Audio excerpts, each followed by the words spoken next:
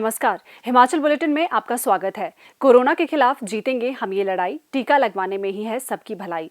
18 वर्ष से अधिक आयु के व्यक्ति टीकाकरण के लिए पंजीकृत करवाएं। पंजीकरण के लिए www.cowin.gov.in अथवा selfregistration.cowin.gov.in पर लॉगिन कर अपना मोबाइल नंबर दर्ज करें। मोबाइल पर प्राप्त OTP नंबर दर्ज करें और सत्यापित करें।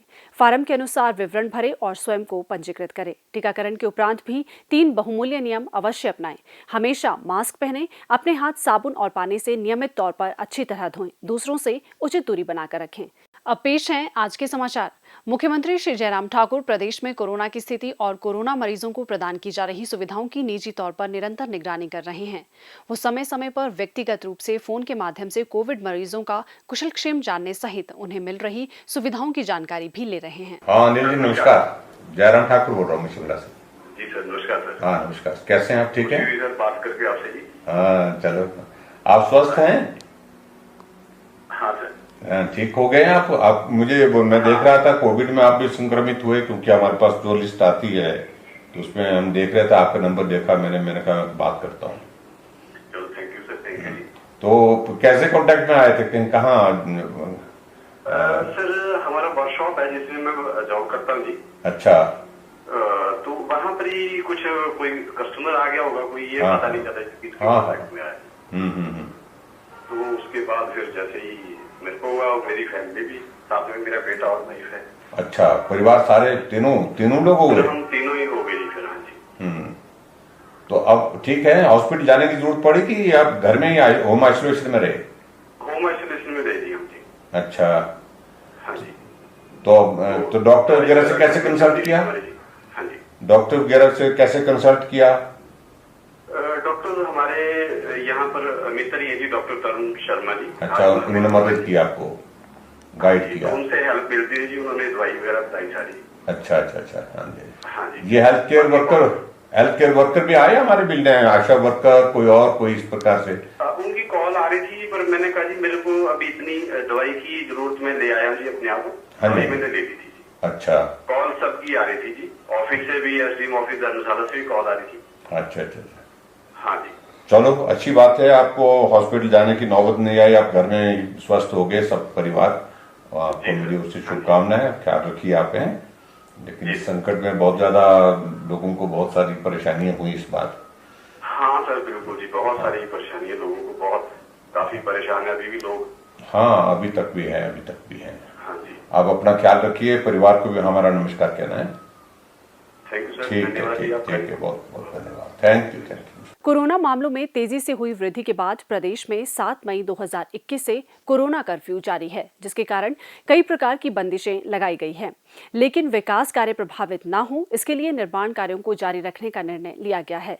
इसका एक और बड़ा कारण मजदूरों के हितों का ख्याल रखना भी है, ताकि काम के अभाव में वे रोजी रोटी कमाने के लिए प्रदेश छोड़ने को मजबूर न हो। इसी वजह से प्रदेश सरकार ने नागरिक कार्यस्थलों, बागवानी एवं कृषि स्थलों और अन्य परियोजनाओं स्थलों पर काम जारी रखने का फैसला लिया है, जिसका लाभ प्रदेश से कार्य कर रहे लाखों मजदूरों को मिल रहा है। मुख्यमंत्री श्री जयराम ठाकुर का ये निर्णय प्रदेश में कार्यरत प्रवासी मजदूरों के लिए भी संजीवनी साबित हो रहा है।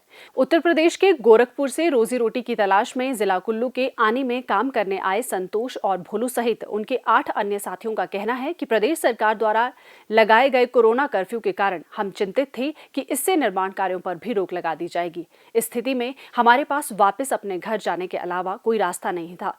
वे बताते हैं कि उनके ऊपर रोजी रोटी का संकट भी आ जाता, परंतु प्रदेश सरकार के निर्माण कार्य जारी रखने के फैसले ने हमारी रोजी रोटी के साथ दिहाड़ी को भी बचा लिया है, जिसके लिए हम मुख्यमंत्री श्री जयराम ठाकुर और प्रदेश सरकार का आभार व्यक्त करते हैं। मेरा नाम है संतोष कुमार, मैं यूपी से हूँ, गोरखपुर जिला से मिस्त्री हूँ। मैं चुनाई प्लास्टर का काम कर रहा हूँ और कर्फ्यू जैसे लगा है, हमारा दिहाड़ी रोज चल रहा है। मिस्त्री का काम करते हैं अन्नी बाजार में। श्री जयराम ठाकुर जी हैं, मजदूरी के लिए बहुत बढ़िया है, दिहाड़ी भी लग रही है रोज। लोक निर्माण विभाग द्वारा करवाए जा रहे निर्माण कार्य में कार्यरत संतोष और उनके 8 साथी करीब 6 महीने से आनी क्षेत्र में विभिन्न निजी और सरकारी निर्माण कार्यों में शामिल है। उन्होंने कहा कि कर्फ्यू के दौरान यदि निर्माण कार्य अचानक बंद हो जाते तो उनके सामने बेरोजगारी का संकट पैदा हो जाता। इसके अलावा विभिन्न निर्माण कार्यों के दौरान कमाए हुए धन को लेने का समय भी उन्हें नहीं मिल पाता।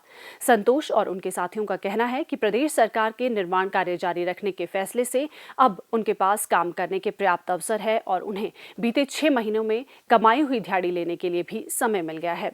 कामगार और प्रवासी श्रमिकों के पलायन को रोकने के लिए पिछले कल मंत्रिमंडल ने एक और मजदूर हितैषी निर्णय लिया है, जिसके अंतर्गत निर्माण कार्य सामग्री से संबंधित सभी दुकानों को सप्ताह में मंगलवार और शुक्रवार को 3 घंटे के लिए खुला रखने का निर्णय लिया गया है।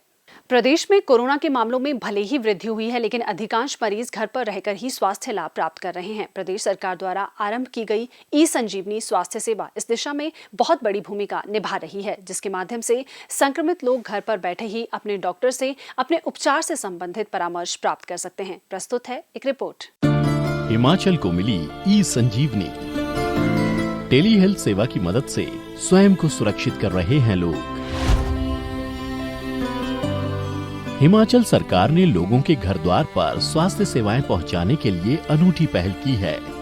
हिमाचल वासी अब घर बैठे ही चिकित्सकों की परामर्श ले सकते हैं और वो भी निशुल्क। ये सुविधा आपको ई-संजीवनी ओपीडी ऐप के जरिए मिलेगी। इस ऐप को गूगल प्ले स्टोर से अपने एंड्रॉयड मोबाइल फोन पर डाउनलोड कर सकते हैं। इसकी प्रक्रिया एकदम आसान है। टेली परामर्श के लिए रोगी को ई-संजीवनी ओपीडी पर पंजीकरण करना होगा। मुख्यमंत्री जयराम ठाकुर के नेतृत्व में सरकार ने राज्य में स्वास्थ्य सुविधाओं का ढांचा मजबूत कर लिया है। कोरोना मरीजों को इलाज में संसाधनों की कमी आड़े नहीं आ रही है। यदि आप कोरोना पीड़ित हैं और घर पर आइसोलेट हैं, तो टेली परामर्श की सुविधा का कम से कम 2 बार लाभ अवश्य लें। राज्य में अभी करीब 90% कोरोना मरीज होम आइसोलेशन में हैं। इनके टेली कंसल्टेशन की सुविधा संजीवनी साबित हो रही है। घर पर रहें, सुरक्षित रहें। कोविड महामारी के लगातार बढ़ रहे प्रकोप को देखते हुए लोगों को इस संक्रमण से बचाव और इलाज की बेहतर सुविधा प्रदान करने के मकसद से हिमाचल सरकार ने कई प्रभावी निर्णय लिए हैं, जिनसे लोग लाभान्वित हो रहे हैं। राज्य सरकार ने उन कोविड-19 मरीजों को निजी अस्पतालों में मुफ्त उपचार की सुविधा प्रदान की है जो आयुष्मान भारत और हिमकेयर योजना के अंतर्गत पंजीकृत है।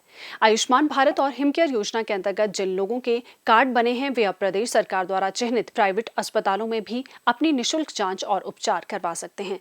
प्रदेश सरकार ने चयनित निजी अस्पतालों में कोविड संक्रमितों की जांच, टेस्ट करवाने और अस्पताल में दाखिल होने में भी वार्ड की दरें निर्धारित की है। ICMR के अंतर्गत पंजीकृत प्रयोगशालाओं एवं अस्पतालों में RT-PCR टेस्ट के लिए 1200 रुपए और रैपिड एंटीजन टेस्टिंग के लिए 300 रुपए की दरें निर्धारित की है। निजी अस्पताल में आइसोलेशन में रहने पर प्रतिदिन 800 रुपए, रूटीन वार्ड में प्रतिदिन 2000 रुपए और हाई डेंसिटी यूनिट में प्रतिदिन 3000 रुपए, वेंटिलेटर के बिना ICU के लिए प्रतिदिन 5000 रुपए और वेंटिलेटर के साथ ICU की सुविधा के लिए प्रतिदिन 6500 रुपए की दरें निर्धारित की गई हैं। आयुष्मान भारत और हिमकेयर योजना के अंतर्गत जिन लोगों के कार्ड बने हैं, अगर वे चिन्हित निजी अस्पतालों में अपनी जांच और उपचार करवाते हैं तो उन्हें ये पैसे नहीं चुकाने होंगे और सारा खर्च राज्य सरकार वहन करेगी। कोरोना के इस संकट काल में प्रदेश सरकार का ये फैसला इन लोगों को निःशुल्क उपचार की सुविधा प्राप्त करने की दिशा में एक बड़ी राहत लेकर आया है। स्वास्थ्य एवं परिवार कल्याण विभाग द्वारा दोपहर 2 बजे जारी बुलेटिन के अनुसार प्रदेश में कोरोना संक्रमण की जाँच के लिए आज 1862 लोगों के सैंपल लिए गए, जिनमें से 263 लोगों की रिपोर्ट नेगेटिव पाई गई है, जबकि 1587 लोगों की रिपोर्ट आना बाकी है। अभी तक 17,25,549 लोगों की जांच की जा चुकी है, जिनमें से 15,64,302 सैंपल की जांच नेगेटिव पाई गई है। प्रदेश में कुल 1,58,472 लोगों में कोरोना वायरस के संक्रमण की पुष्टि हुई है, जिनमें से 1,20,661 लोग इस बीमारी से ठीक हो चुके हैं और 35,499 व्यक्ति उपचाराधीन हैं। हिमाचल बुलेटिन देखने के लिए सब्सक्राइब करें YouTube channel DPR Himachal, follow करें ट्विटर @DPRHP, लाइक करें Facebook page information and public relations department Himachal Pradesh, visit करें वेबसाइट www.himachalpr.gov.in। इस अंक में इतना ही। कल फिर होगी मुलाकात, दीजिए इजाजत। नमस्कार।